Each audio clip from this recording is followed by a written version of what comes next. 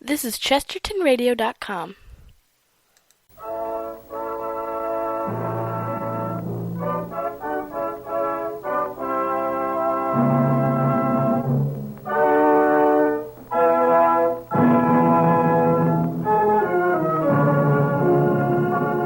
The makers of Campbell Soup present the Campbell Playhouse. Orson Welles, producer.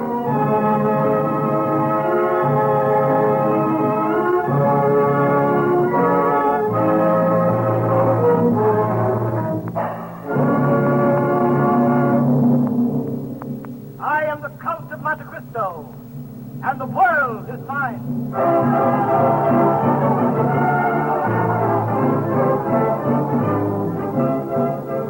Ladies and gentlemen, the Campbell Playhouse brings you those famous lines again. Revives tonight for you the world's favorite romance.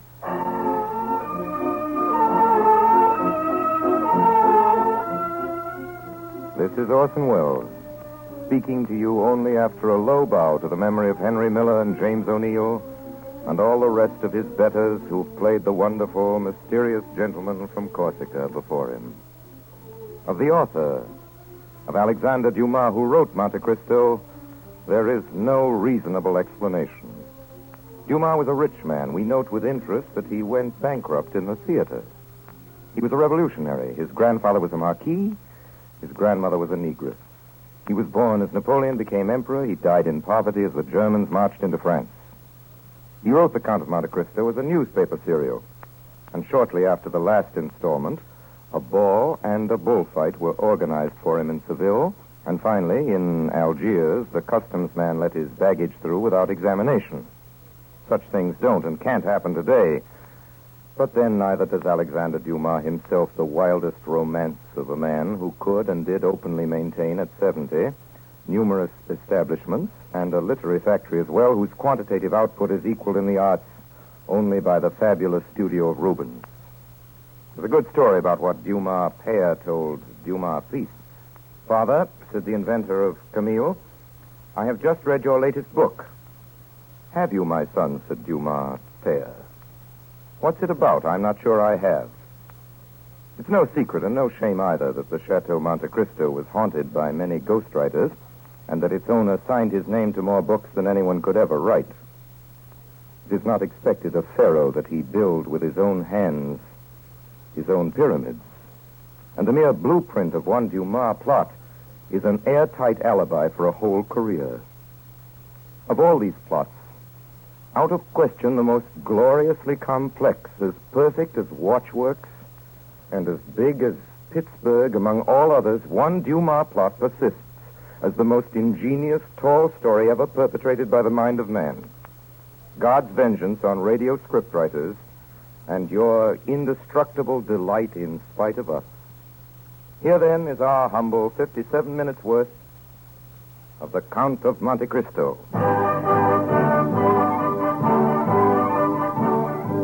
And just before we begin tonight's story, I want to confer the freedom of the microphone upon Ernest Chappell. Thank you, Mr. Wells. Ladies and gentlemen, just the other day I sat down in the dining car of a train. I glanced around the tables near me to see what others were having for dinner. Perhaps you've done the same thing now and then because it sort of gives you an idea, doesn't it? Well, of 16 men and women whose plates I saw there in the diner, 10 were eating chicken. Then I found my pencil writing on the order card. Chicken. Right then and there, I said to myself again, it must be this liking so many of us have for chicken that accounts for the great popularity of Campbell's chicken soup. Because this soup is chicken, through and through, from its golden surface to the very bottom of the plate. Its broth fairly glistens with chicken richness.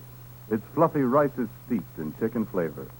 And there are tender pieces of chicken meat in it to further tempt your spoon. That's why I promise you that just as sure as you like chicken, you like Campbell's chicken soup. If you haven't tried it, why don't you? Perhaps at dinner tomorrow night. And now...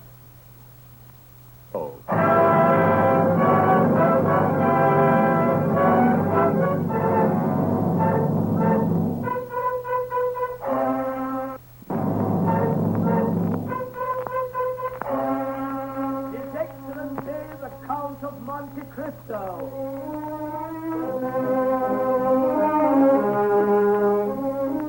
Mercedes.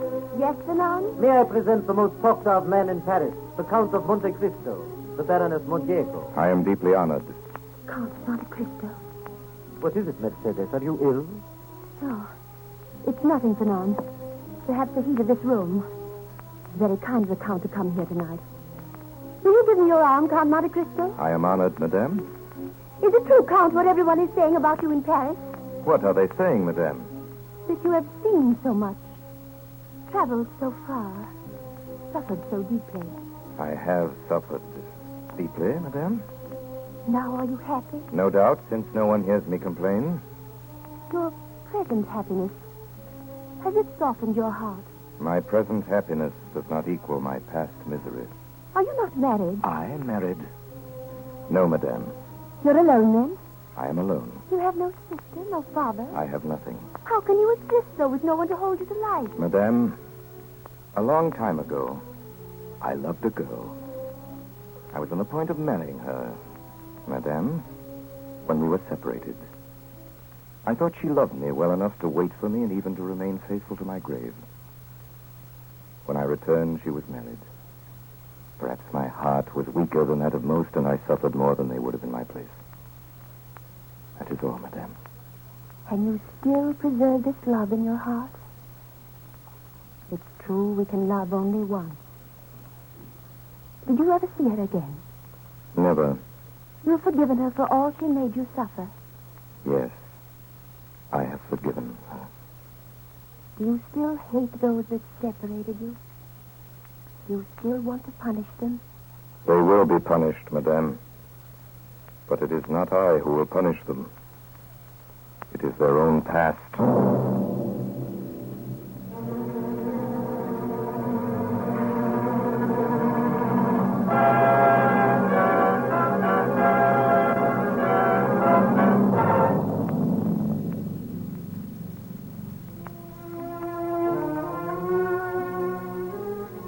Rarely has European society been more intrigued than it was the winter of 1834, when the mysterious Count de Monte-Cristo appeared in the city of Paris. It is time now that the world should hear his story. Of the title of this man, nothing was known that winter save that he derived it from a small and uninhabited island off the coast of Corsica. The source of his fortune was equally obscure, and it seemed inexhaustible. The paintings in his house in the Champs-Élysées were valued at 7 million francs. His collection of precious stones far exceeded in value that of any of the crowned heads of Europe. Yet it was not his wealth alone that made him remarkable. At a dinner party that winter, a woman was heard to say that the Count of Monte Cristo had the look of a man who had been enclosed for a long time in a tomb. I heard her say it.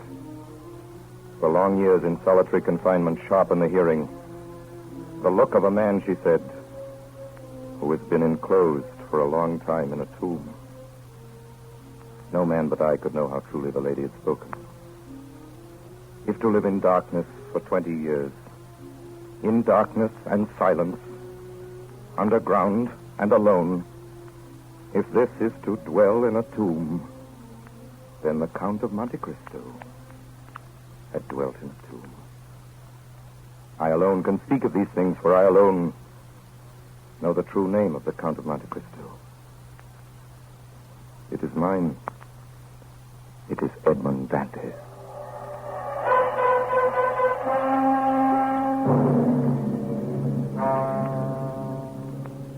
The story of Edmond Dantes begins in 1814, the year the Emperor Napoleon was a prisoner in Elba. It begins with a wedding.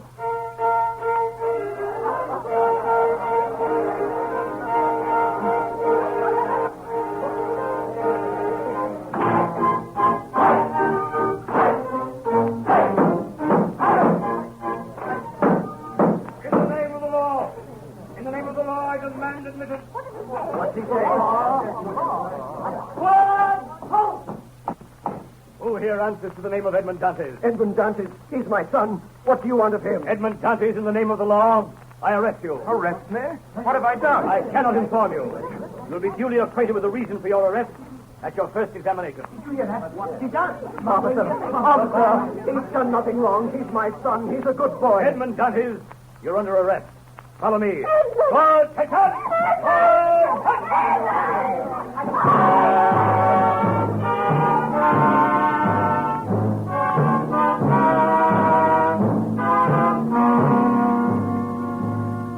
What is your name? Are you the king's prosecutor, sir? Yes. My name is Edmond Dantes. You will kindly give me all the information in your power. You have served under the usurper Napoleon. No, sir. Edmond Dantes, it is reported that your political opinions are extreme. My political opinions? Alas, I never had any opinions. I'm hardly 20, sir. I was to be married today. What do you make of this? It is a letter, Monsieur Dantes. Well, read it.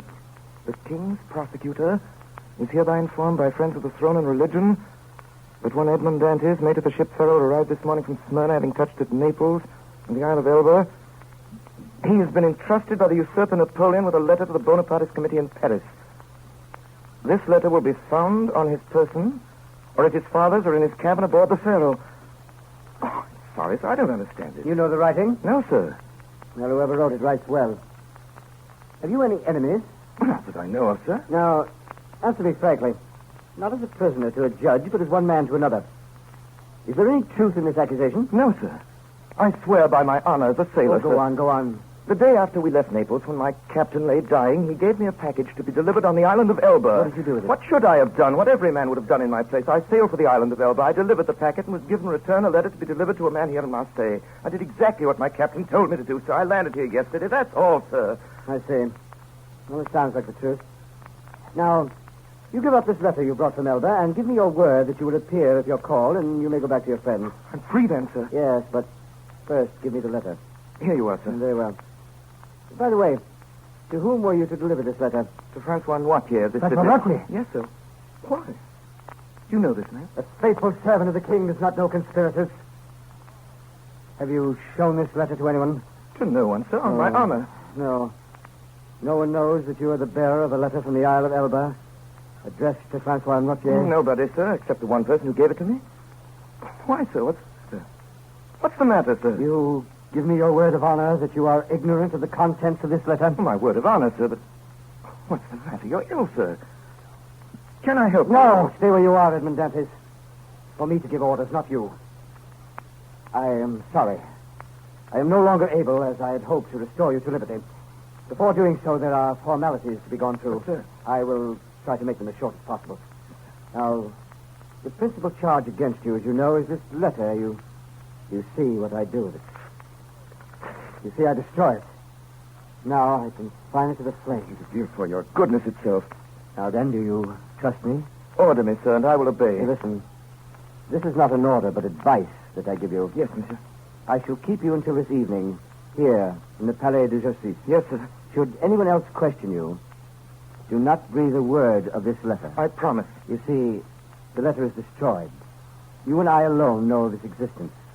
So if they question you about it, deny all knowledge of it. I will, sir. It was the only letter you had? Yes, it I was. swear it. I swear it. Good. Now then, not a word to anyone, remember. Yes, sir. Your Honor. You will take this man to the guard room and hold him there. He is to see nobody, you understand? Nobody. Yes, sir. Follow this officer, Monsieur Dantes. Later, I will give him his orders.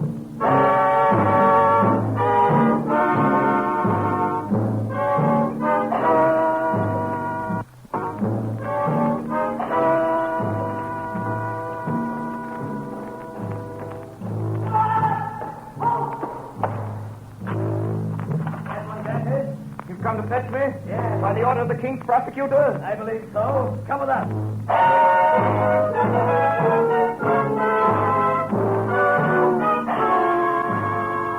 Where are you taking me?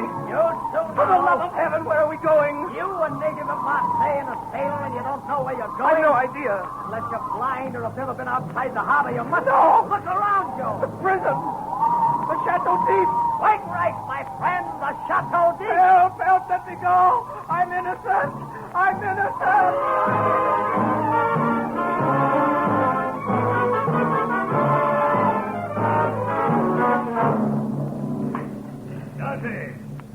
Darcy.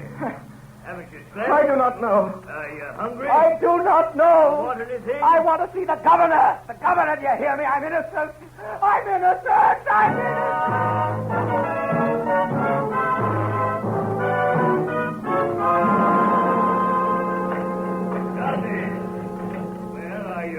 impossible today? I want to see the governor. I've told you that's impossible. Why is it impossible? Not allowed. Why is it not allowed? I'm innocent. Take my advice, my friend. Don't brood over what is impossible. You'll go out of your head. Listen to me. I want to see the governor. If you don't let me see the governor someday, I'll hide behind the door, and when you come in, I'll dash out your brains with this stool. Put on that stool. Are you going to let me see the governor? No, put on that stool. Put it down. Well, do I see the governor? Yes, we'll see the governor at once. At once. Sooner than you think. Corporal! Corporal of the guard! Halt! By the governor's order, take this prisoner to the floor below. The dungeon? That's where we put our madmen. The dungeon. What? Attention! I tell you, I'm innocent. Forward! What? I'm innocent! I'm innocent!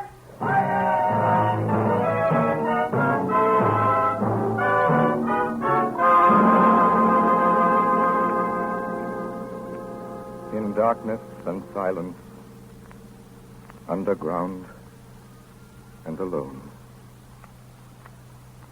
Every day, twice a day, morning and evening, the jailer came to my cell and put down the vile food and went away without speaking to me. My hair and nails had grown long, and my skin was white as a leper's. I'd been proud the first month. Now I began to beg. I begged to be moved from this dungeon to another. I begged to be allowed to walk around. I begged for books. Nothing was granted. I spoke to the jailer when he brought me my food. He rarely answered me. I tried to speak when alone, but the sound of my own voice terrified me. After what must have been 3 or 4 years, the governor of the Chateau d'If was transferred. The new man did not trouble to learn my name. I was no longer Edmond Dantes. I was number 37.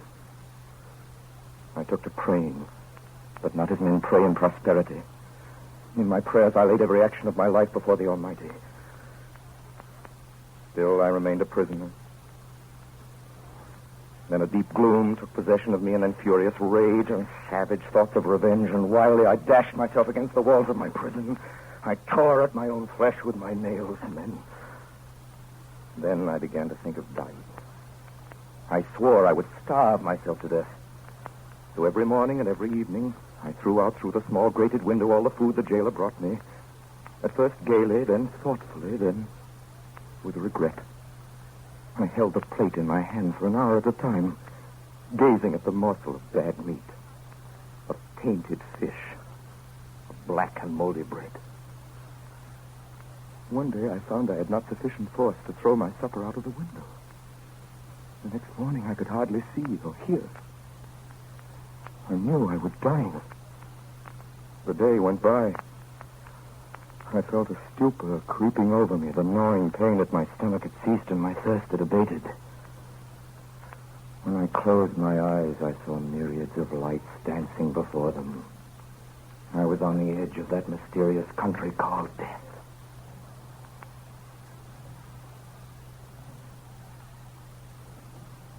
Suddenly, a little after dark, I heard a hollow sound in the wall against which I was lying. I sat up and listened. It was a continuous scratching, as if made by a huge claw, some iron instrument scraping against the stones. Then all was silent. Soon it began again. Nearer and more distinct. Perhaps it was only a workman repairing a neighboring dungeon. I'd soon find out. The sound continued. With my earthenware jug, I knocked against the wall where the sound came.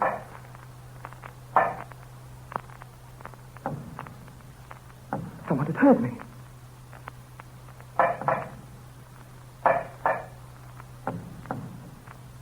Each time I knocked, the knocks were repeated on the other side of the wall.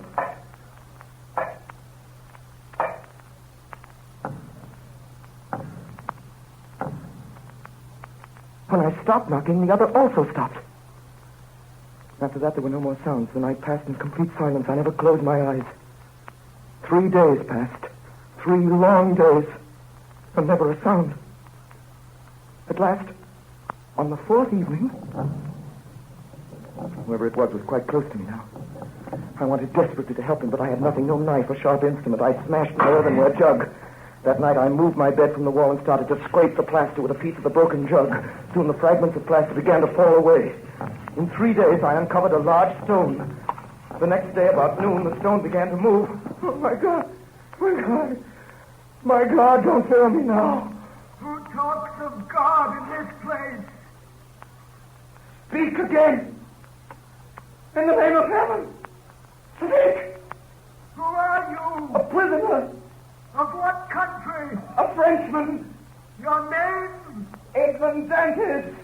How long have you been here? Since the 28th day of February, 1815. Your crime? I'm innocent. And you? Who are you? I am number 27. How long have you been here? Since 1804. 20 years. All that night we worked. Then, just before dawn, a portion of the floor in my cell gave way, and from the bottom of this passage, the depth of which was impossible to measure, appeared the head, then the shoulders, and lastly, the body of a man.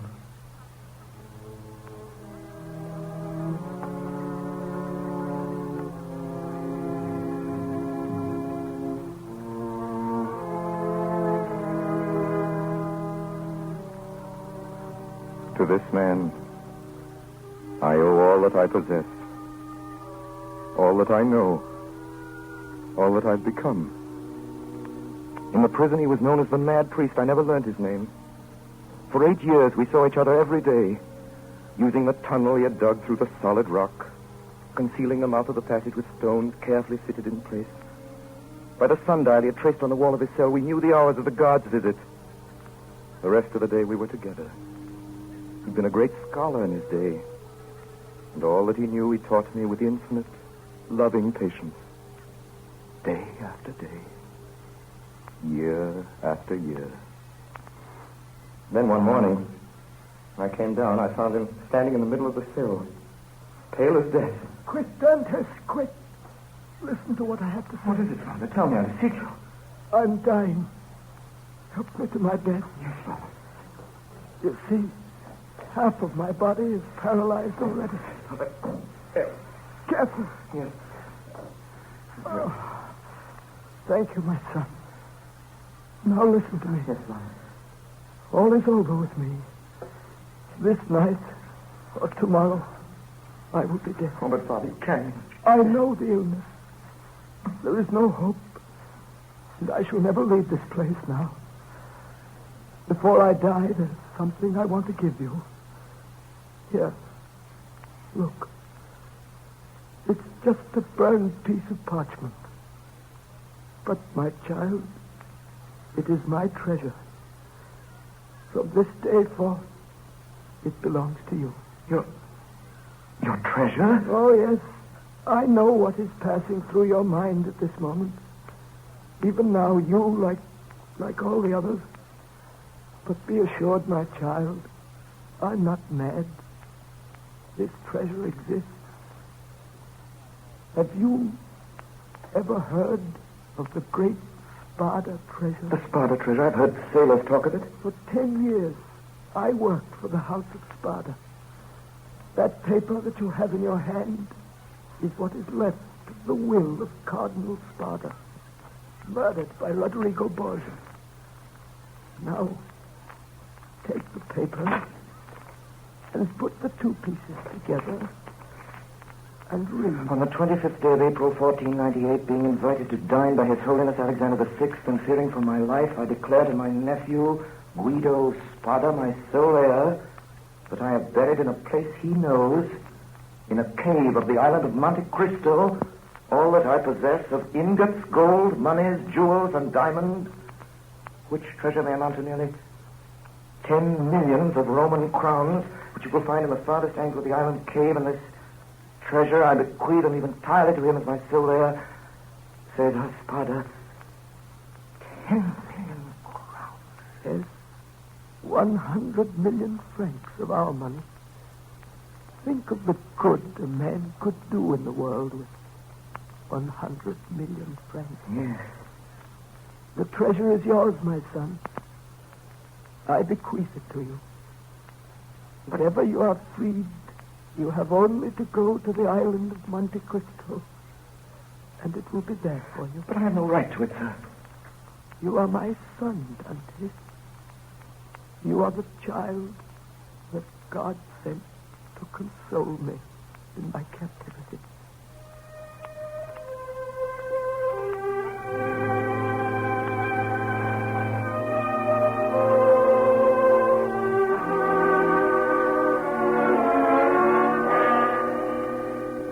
Later, in fearful agony, he died. I closed his eyes and laid him out to rest as well as I could, and that night the governor of the prison came down to look at the boy. I watched him from my hiding place in the cell. Is he dead? He's dead, all right, Your Honor. Poor devil. He was a priest. Get him the newest sack you can find. What time shall we bury him, sir? The usual time, before dawn. And report to me when it's done. Very good, sir. When the cell was empty again, I went in. On the bed at full length and faintly lighted by the light of a single candle was visible a sack of coarse cloth, and in it was stretched a long and stiffened form. Quickly, I unlaced the sack, drew out the corpse of the priest, and carried it through the tunnel to my cell. I laid it on my bed, turned the head to the wall, and covered it with a sheet. For the last time, I kissed the ice-cold brow. Then I went back to the dead man's cell. Could hear steps in the passage and voices as the guards came back with a stretcher. Quickly, I got into the sack. In place of the corpse, I laced the sack around my body. I lay stiff, hoping that they would not hear the beating of my heart. Here we go. You take the head, I'll take the feet. It's heavy enough for an old man. They say every year adds half a pound of the bones. All right. Up she goes. I got it. Here we go. Funny thing. You feel him through the sack, and him dead 12 hours, and he's still warm. Here, hold it while I open this door. Oh, Lord, it's cold up here. This'll cool him off. Have you got the weight? There it is. Tie it on. Around his feet. Yeah, that's right. Tight. See if you can do it any tighter. Yeah, that's all right. That'll sink him. All right, now. You ready? 1, 2. Wait a minute. Get nearer the edge. The last one was mashed on a rock, and we got the blame for it. All right. Come on. Freezing. Let's go. 1, 2, 3.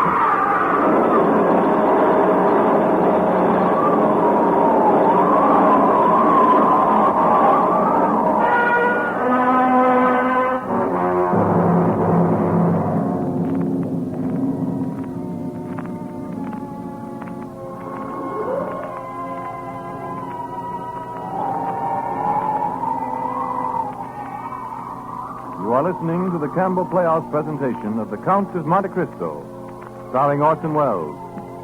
This is the Columbia Broadcasting System.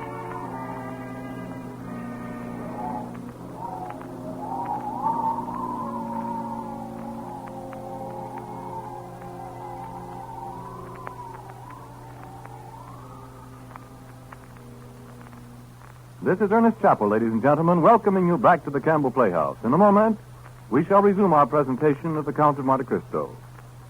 Lately, I've been speaking of the increasing numbers of good home cooks who, after years of making their own soup, have put by their kettles and are now letting Campbell's make soup for them.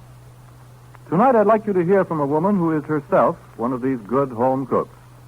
She's Mrs. Barbara Roth of 2134 24th Street, Astoria, Long Island, who has come to our studio to tell you personally what she told us in a recent letter. Will you read it now, Mrs. Roth? Ever since I can remember, we've had soup with our main meal every day. Mother and I would cook soup each Monday, Wednesday, and Saturday, a 2-day supply each time. It was a big job and a long cooking procedure, but Mother has always insisted we need soup every day. About 6 months ago, we tried our first can of Campbell's soup. Well, the decision was unanimous in favor of Campbell's. Since that time, we've enjoyed not only the good taste of Campbell's soups, but also the easy way of preparing them. So I just don't wonder at all that people are giving up soup making at home. We've tried nearly every soup that Campbell's make and found each one such a treat, we thought you were entitled to know about it. Well, thank you, Mrs. Roth. Indeed, we do appreciate knowing about it. Certainly, we at Campbell's are devoting time and care and all our skill to the making of soups worthy of a place at your table. And that's why I want to say to every other good home cook listening tonight, we'd like to make soup for you, too. If you haven't done so already, will you give us a trial? Try Campbell's chicken soup, for instance, for its deep, rich chicken flavor. Or try Campbell's vegetable soup, a soup that's practically a meal in itself.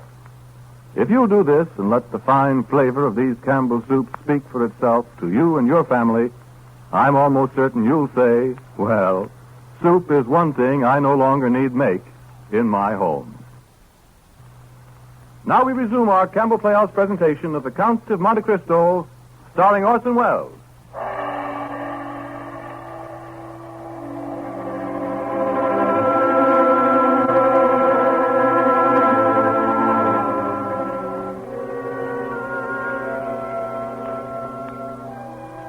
In the late summer and fall of the year 1834, merchant vessels plying their trade between the south of France and the coast of western Italy arrived in port with a strange story.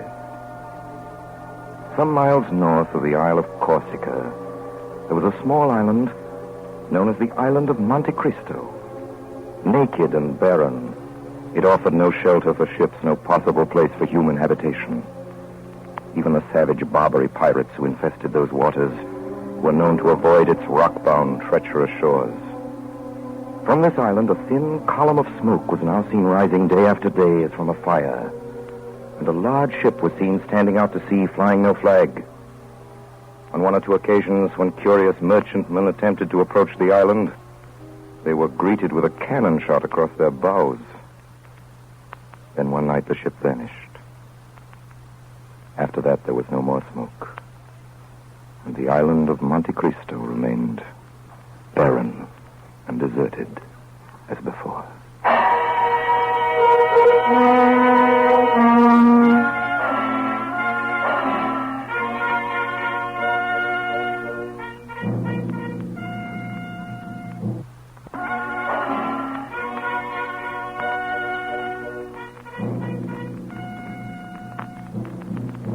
September 1834.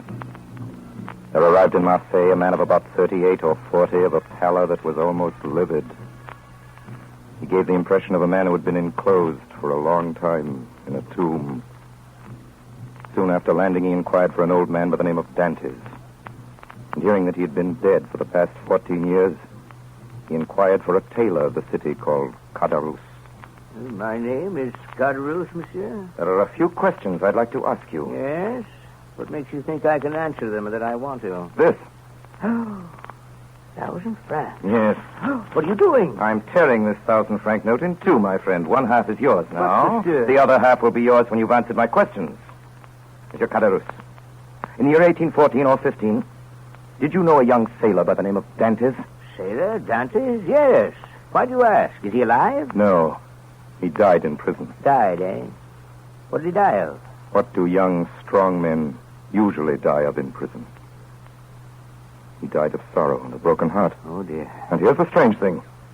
To the very end, Dantes swore he was utterly ignorant of the cause of his imprisonment. So he was, poor fellow.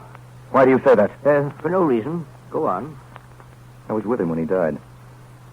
And with his last breath, he begged me when I came to Marseille to clear his name, and he gave me the names of the people who were his friends. There are three, he said, besides my father and the girl I was betrothed to.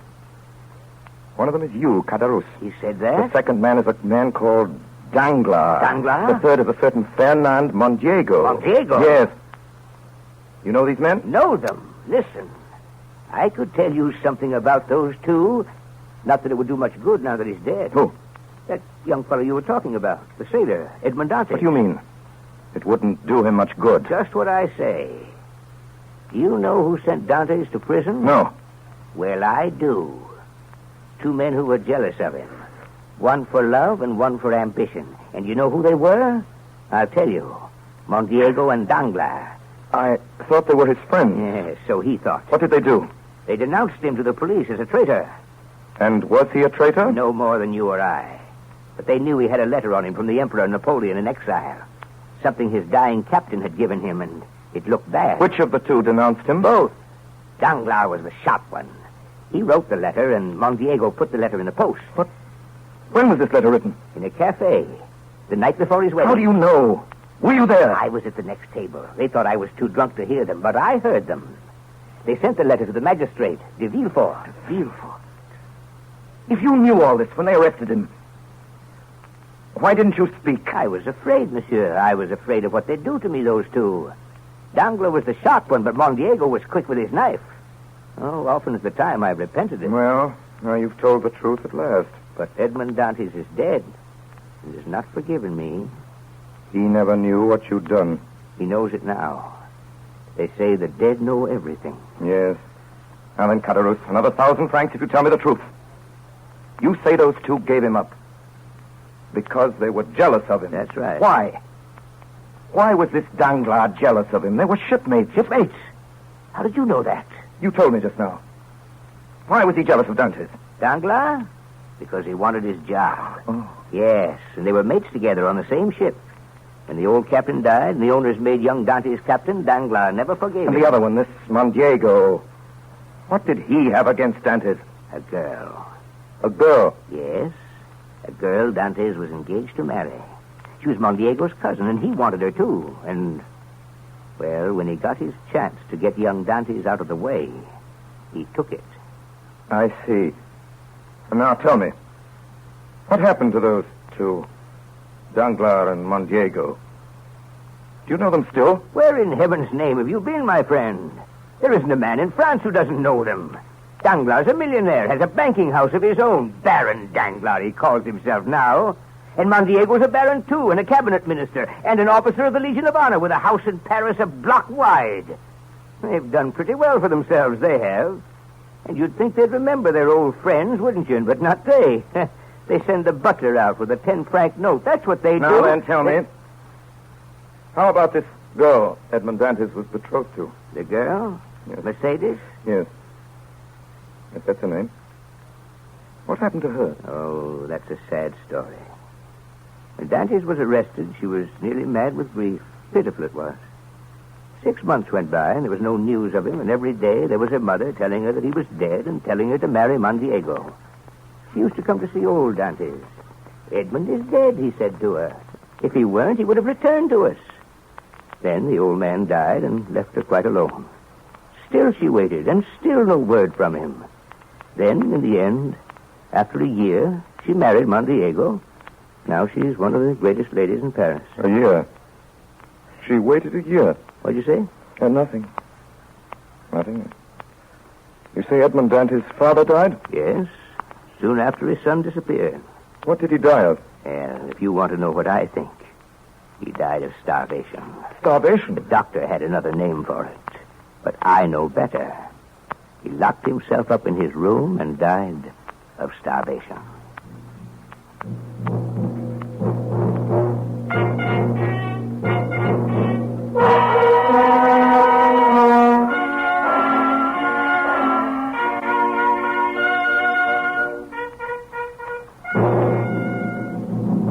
Later that day, the stranger appeared at the town hall and asked to see the prison records for the year 1815. He obtained permission to go through the case of a certain Edmond Dantes, imprisoned that year and subsequently reported as dead. He read the examination and record and noted with surprise that the name of Francois Noirtier, to whom the fatal letter had been addressed, never once appeared in it. There was a notation in the margin which read as follows: Edmond Dantes, an inveterate criminal, be kept in complete solitary confinement and to be strictly watched and guarded. It was signed Francois Noirtier de Villefort. Below, in another hand, was written, prisoner killed while attempting to escape. That night, the stranger left Marseille, going north.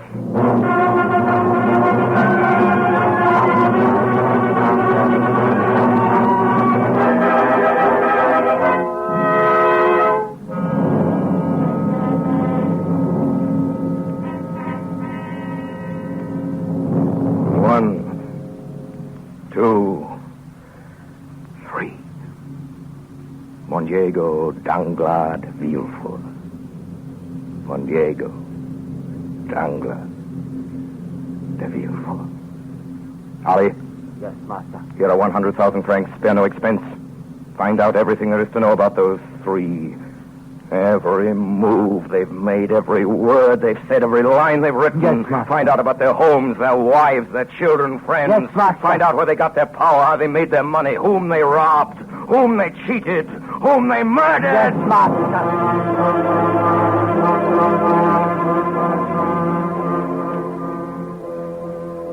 One day in November, Baron Danglars, head of the banking house of that name, received a visit from a new client. I have the honor of addressing the Count of Monte Cristo. You have, Baron Danglars? Have you been in Paris long, sir? Since this morning. I have a letter here, sir, from the firm of Thompson and French in Rome. A letter of credit in your name. Good. Then I take it beginning today my checks will be duly honored by your house. In this letter, there is one thing not quite clear. Indeed. According to this letter, the Count of Monte Cristo is to have unlimited credit on our house. And what is there in that simple fact that requires explanation? Merely that term, unlimited. Are you suggesting that Thompson and French are not looked upon as solvent bankers? Oh, no. It was not their solvency I spoke of, but the word unlimited in financial affairs is so extremely vague a term. To me, Baron, the word means exactly what it says. It means without limitation. Well, I assure you, sir, that up to the amount of $1 million... I beg your pardon. I assure you, should you at any time be hard-pressed, were you even to require $1 million francs... 1 million? Why, Baron, I always carry 1 or 2 million in some corner of my pocket. Expect me to call on you for 10 or 15 million on my first draft. Well, I admit I have hardly been... If you would prefer not to handle this account, Baron Danglars, I have letters similar to yours addressed to Barings of London and Baron de Rothschild of this city. You need have no scruples in declining. I assure you, I never entertained... No. You merely wish to be convinced that your stockholders ran no risk. Nothing more. Very sound, Baron Danglars. I understand they include some of the greatest names in France. Am I right? The Count de Monte-Cristo? Eh? The Baron de Villefort? It is not generally known that... Oh, of course. Now we understand one another. I should like to draw tomorrow the sum of, shall we say, 6 million francs. Half gold, half note. 6 million francs? As you say... If I should require more, I'll let you know. Oh, by the way, buy me tomorrow 10,000 shares of Austrian Commonwealth. You have some information, sir, about this stock? You will find, sir, that I never gamble, except in certainties.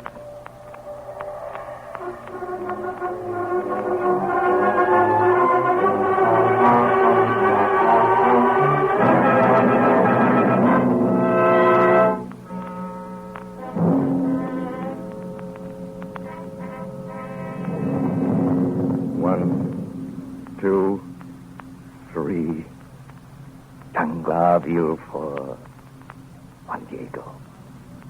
Ali. Yes, Master. What have you found out about these men? One, Danglars. Danglars, banker. 3 times bankrupt. Convicted of using charity funds.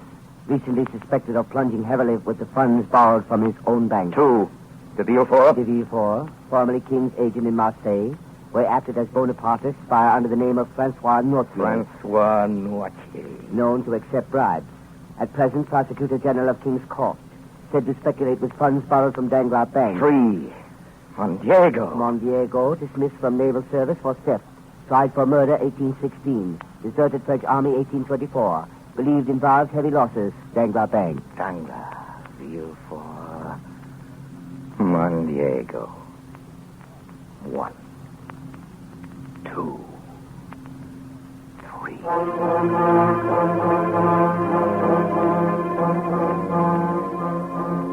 Well, gentlemen, you're late, Villefort. What is it, Danglars? You sent for me in court. I hope it's something good this time. We need it. Just arrived. A private message for the Count of Monte Cristo from the firm of Thompson and French from Rome. They've never been wrong yet. Does he know we intercept his messages, Danglars? Who cares? What does it say? Read it, man. A secret treaty has been signed tonight. Anglo-Italian shares due sharp rise. Buy all available shares. Thompson and French. Well? We are going to buy. Danglars, I'm worried. Everything we've touched has gone wrong lately. Those Belgian bonds we bought, we lost $500,000 Whose fault is that? On whose information were they bought? Can I help it, Danglars, if the government changes its mind? Gentlemen. Our situation is desperate. We've got to plunge. We have no choice. If it were not for the Count of Monte Cristo's deposits, we'd have been bankrupt 3 weeks ago. Yes, you understand that? Bankrupt. If that money should be called for today or tomorrow or the next day, this bank is ruined. Danglars, I don't see what that has to do with us. You don't, eh? Well, if I go, you go. All of you. Make no mistake about that. Oh, gentlemen, what do you propose to do about this, Danglars? I propose to buy every share of Anglo-Italian that comes into this market. With what? With what? You forget, gentlemen, that the Count of Monte Cristo has 16 million francs on deposit in this bank. Oh, yes, I see. Well, what about this message of his? Does the Count of Monte Cristo get to see it? This message, gentlemen, was lost in transmission.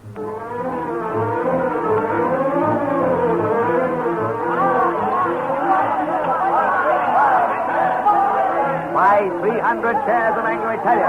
104.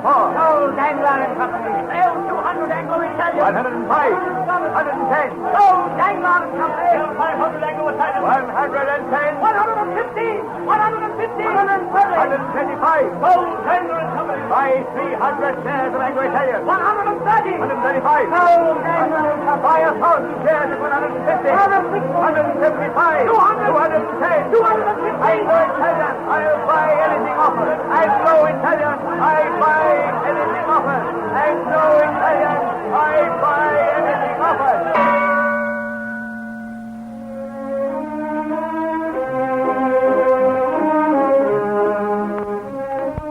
Rarely has Paris been more intrigued than it was that winter by the mysterious Count of Monte Cristo. His wealth seemed inexhaustible, and it was said that for his carriage wheels alone he had paid 1 million francs. It was at the end of December that a great ball was given by the Baron Danglars.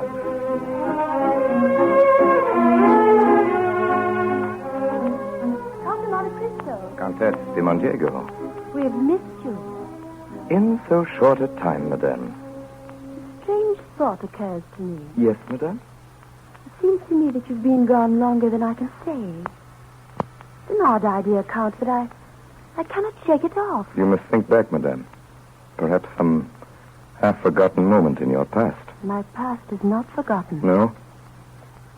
Then it is lost. What's lost? What have you lost? Who are you? You must forgive me, Countess. I have an appointment with your husband. Tell me who you are. Madame, I am the Count of Monte Cristo. And the world is mine.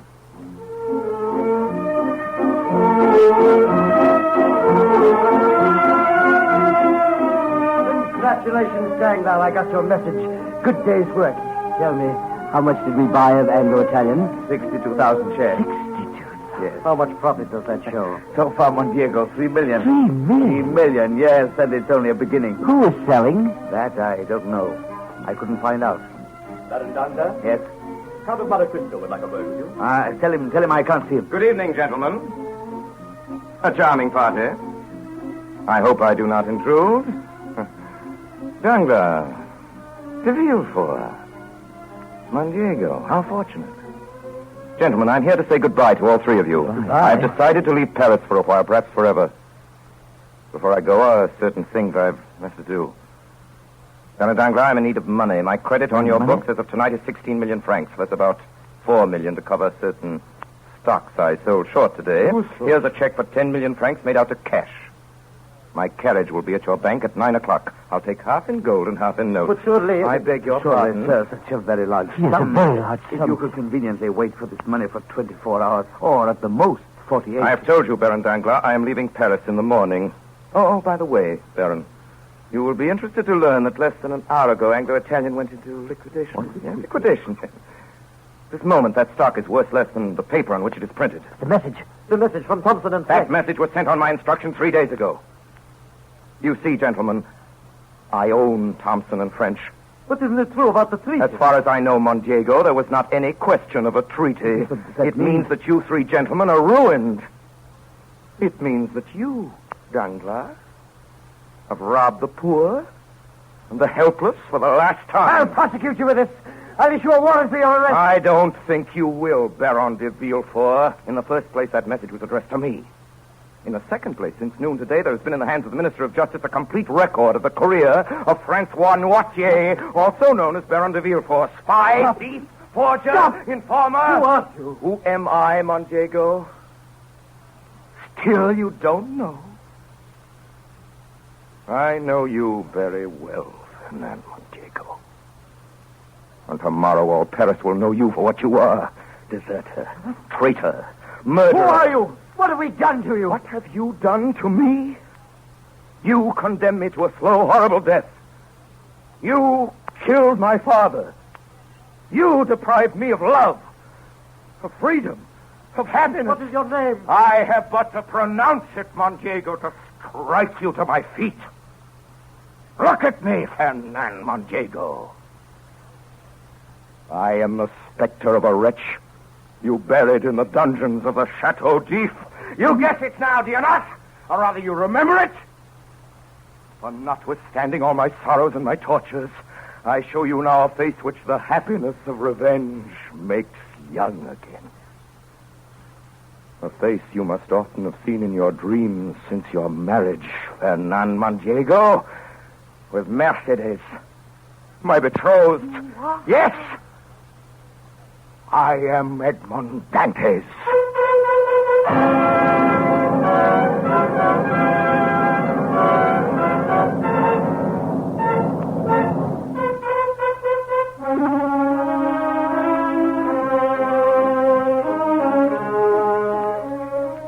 Countess Montiego. Yes, Count? Your husband has been detained. There are matters of urgency which will not permit him to leave this house. May I see you to your carriage? Yes, Count. I asked you a question. I wonder if your answer was the truth. Madame? The girl who made you suffer. I asked if you had forgiven her. Yes. Yes, I've forgiven her. And those who separated you? Do you still wish to punish them? Madame, they have been punished. But my answer is still the same.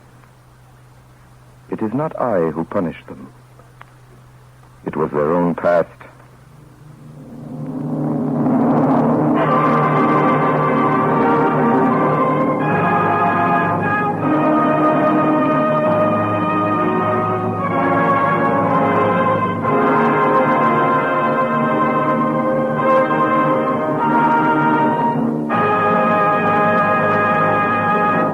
This concludes our Campbell Playhouse presentation of the Count of Monte Cristo, starring Orson Welles. In just a moment, Orson Welles will return to the microphone. Just now, I'd like another word with you on something good to eat. You know, I really believe your very first spoonful of Campbell's chicken soup will be a revelation in how fine, how deep in chicken flavor a chicken soup can be. I'm prompted to say this because I know so well from having visited Campbell's kitchens what good things are in this chicken soup and how carefully it's made. To begin with, unlike most chicken soup made at home, Campbell's use not some, but all the choice meat of selected plump chickens. But apart from this one advantage, they follow closely the old home way of making chicken soup. They simmer the broth long and slowly till every golden drop is rich with chicken flavor. And then they measure in light, fluffy rice and add tempting pieces of tender chicken meat to complete your enjoyment. Now, doesn't that sound like a chicken soup you'd enjoy? I really believe it is. And so I say, just as sure as you like chicken, you like Campbell's chicken soup. Have it tomorrow, won't you? And now, here's Orson Welles with news of next week's story.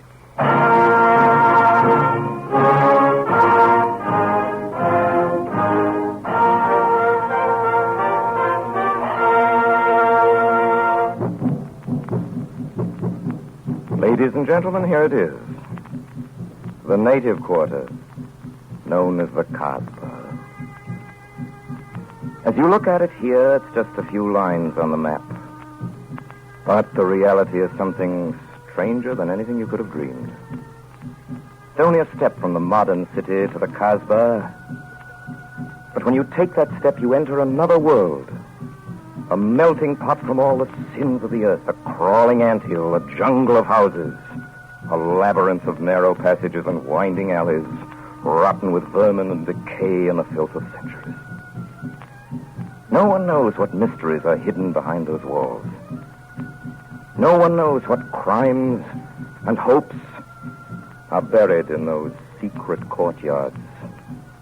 40,000 inhabitants from all over the world, Chinese, Gypsies and Chicos, Slavs far from home, and Maltese, Negroes from every corner of Africa, Sicilians, and Spaniards, hot-blooded and quick to hate, and women women of every age and of every shape. Women caught in the net of the Kasbah. The Kasbah which rises like a fortress from the sea, colorful, sordid, and dangerous. There isn't just one Kasbah. There are hundreds, thousands. And in that labyrinth, Pepe El Moco is at home. And he's safe as long as he stays there. And that, ladies and gentlemen, is the introduction to next week's broadcast. It's what Detective Slemaine tells the detective from Paris about Pepe Le Moco, one of the greatest criminals the world has ever known, who found himself one of the most successful hideouts a criminal ever unearthed.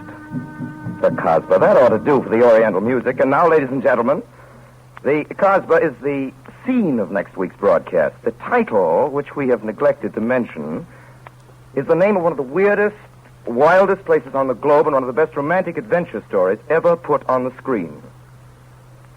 Algiers. You remember it from the French picture and from Walter Wanger's wonderful American picture.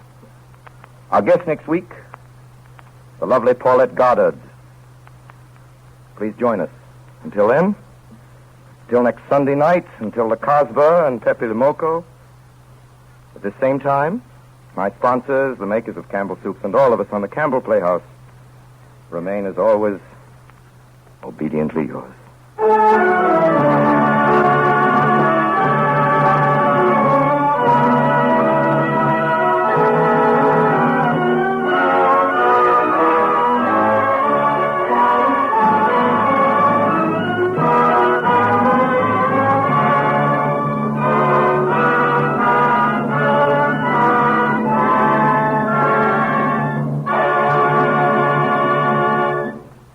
In tonight's Campbell Playhouse production of The Count of Monte Cristo, Orson Welles played the part of Edmond Dantes in The Count of Monte Cristo. The part of Carterus was played by Ray Collins.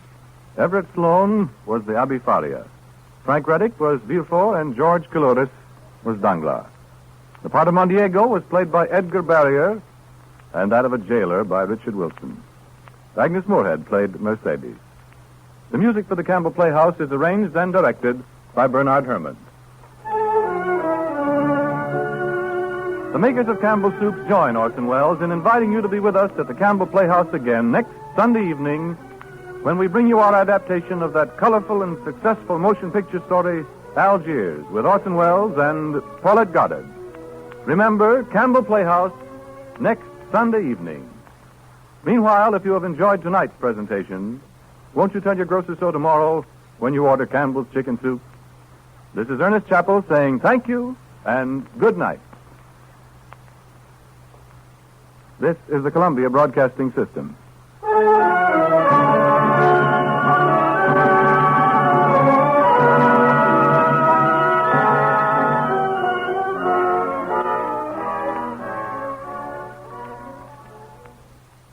This is Chesterton Radio, your home for podcasts of works by G.K. Chesterton, plus drama, comedy, mystery, science fiction, big bands, and much more.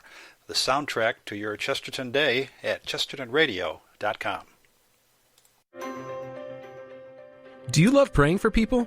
Have you ever wanted to use your gift of prayer to share Jesus with others and build up the body of Christ? Start a public prayer station with St. Paul Street Evangelization. Listen to people's needs, pray with them, or invite them to meet you at church. St. Paul Street Evangelization can help you get started. Find out how at streetevangelization.com. That's streetevangelization.com. This is Chesterton Radio, the true, good, and beautiful at chestertonradio.com.